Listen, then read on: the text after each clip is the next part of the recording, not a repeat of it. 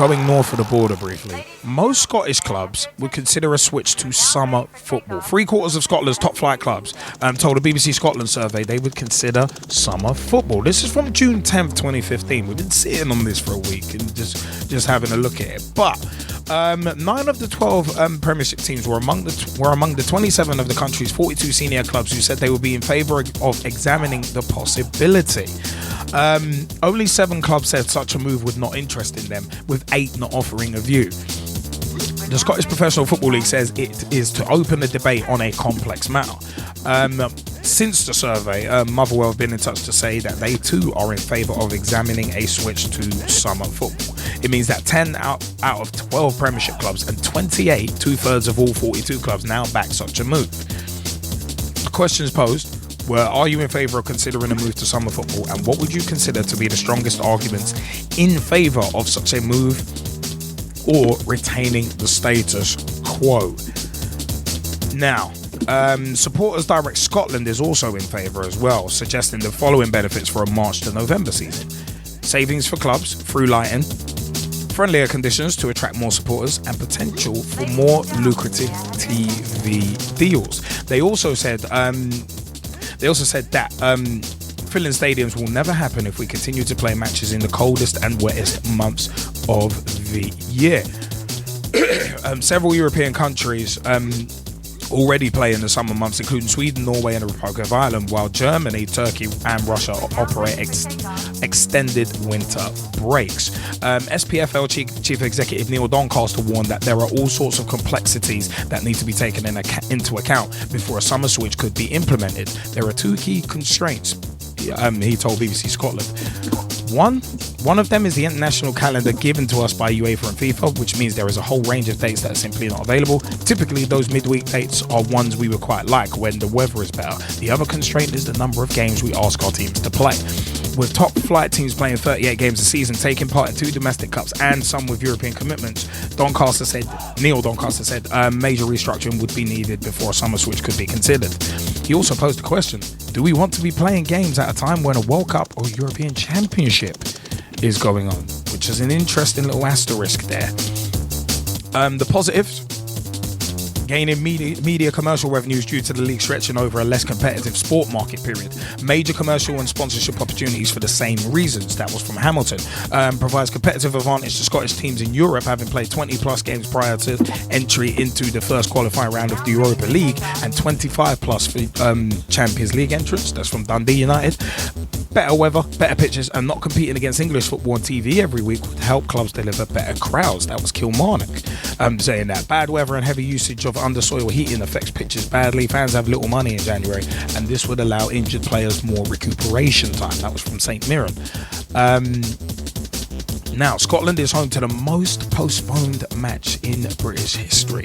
Airdrie and Stranraer Scottish Cup match in 1963 was put back 33 times. Scotland is also home to the second most postponed match in British history. Inverness, Caledonian Thistle and Falkirk saw 29 games cancelled in 1979. There were 21 weather-related call-offs in 2014-2015, a modest number by particular standards, thanks in no small part to a mild winter. While 12 clubs play on synthetic surfaces, the number of cancellations and abandoned games north of the border during winter is hugely disrupted. Most fans can tell a tale of a day when they travelled hundreds of miles only to hear their game was called off just as they parked the car. Summer football will go some way to ensuring such tales of woe are not an annual event. So if Scottish football ran between May and August, competition from rival leagues would disappear, potentially upping attendances locally, and television deals may be more lucrative for clubs north of the border as broadcasters look to fill the gap of a lack of summer that English action provides. So it is one of them ones. It is quite an interesting one, but the negative ones, but the negatives, do not think there will be a financial benefit to the clubs, and in our case there is no issue with games being cancelled as we play on a synthetic surface. That was from Queen of the South. Forfar Athletic said at part-time level, when do players get the opportunity to take family holidays? And also, would we attract the same level of support in the summer months with our supporters involved in other sports and out of the country on summer holidays? That was from Peterhead. Now, it's couple of interesting points there, and the World Cup and European Championship clashes would be an interesting one as well. But Gezzie, Gman, do you think it would be a good idea for Scottish football to switch to the summer? So in August, so it was, yeah, it's one of them ones. Would you be in agreement with that? I think in relation to the national team, no. Right? Just because that's when all of the major tournaments happen. Right? So, unless, of course, they want to go backwards and essentially rule themselves out of it, in terms of having their top stars who play in the Scottish divisions not being fully match fit, so on and so forth, then okay. Right, but it kind of goes against the whole wanting to grow and expand as a international footballing nation, right? So for me, that part of it falls down. But in the sense of, making sure that fixtures are able to be attended and not rescheduled 30 odd times, it is useful. It is useful. Maybe it's something for the lower divisions, perhaps. But in terms of the top division, and in a way of aiding the national team, especially with, for example, major tournaments, I don't think it will work personally. I mean, G-Man, what do you reckon? Well, personally, I think it's down to the complexities of the change and everything. In a sense, what Gezzie just touched on about, the weather and the conditions, in the winter periods, it makes a lot of sense. Just by the sounds of it. Yeah, let's play in the summer. It's going to be warmer. We're not going to get ice. There's not going to be as many games called off. Okay, fair enough. However, logistically, it just doesn't work, because Scotland are a nation who, want to compete in World Cups and European Championships. Now, if that's going to impact on that, I don't see how it can work.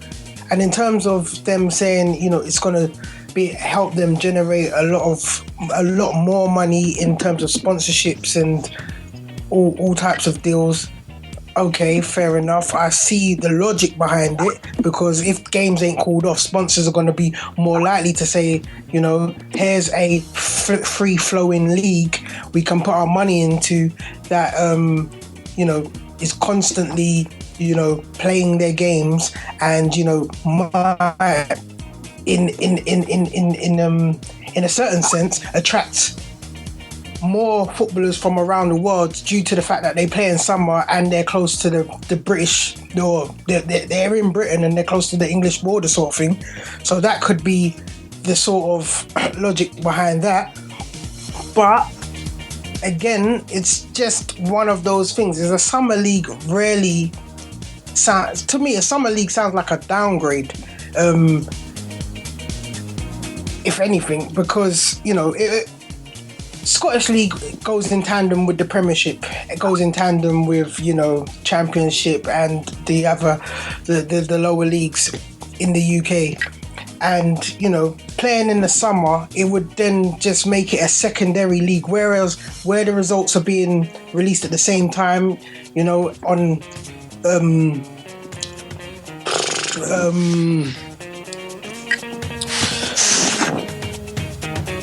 where they've got their own highlight, basically, and it's like, now to the Scottish League.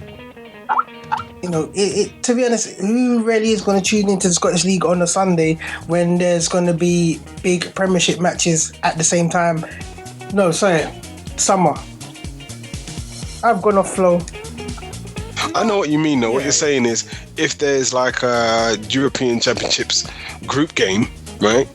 And they're two of the big nations, and you've also got Scottish domestic football at the same time, as a neutral, right? Which are you going to pick, is my question. But because I know what I would pick. But as a neutral. You know what? It is it is one of them ones. I would look at the example could be taken from the FAWSL. Summer League, basically a summer league, starts in March. And you look at the World Cup, the Women's World Cup that's going on right now, the FAWSL is actually on a mid-season break. So that could essentially be incorporated. Okay. So there would be somewhat of a workaround. All right, 38 games. The only snag would be is the 38 games played at the top level. That would be where it would be a bit of a logistical nightmare. Then you've got obviously the European competition such as the Europa League, the Champions League, and that kind of thing. But you've already got, as I said, you've already actually got certain teams that are on their off season whilst the Champions League is on, or at least while the second stage is on. But I think it's interesting that so many of the clubs are actually in favour of actually at least discussing it, because I mean commercial revenues could potentially go up, but then in theory this could have an impact on leagues such as the FAWSL, which are summer leagues. So there could be a potential negative. Because obviously with the Women's World Cup on right now, the FAWSL might see a spike in audiences, and basically before the mid-season break in the FAWSL, their attendances have been at their highest, which is absolutely fantastic. But it is one of them ones where the better weather, the better pitches, and that it's very frustrating when, say, at my level in the Southern Amateur Leagues at IBIS, where we're getting matches called off because of torrential rain and we haven't got undersoil heating and all that kind of stuff. So you get all those sort of issues there. And in Scotland, it's pretty much always cold and rainy.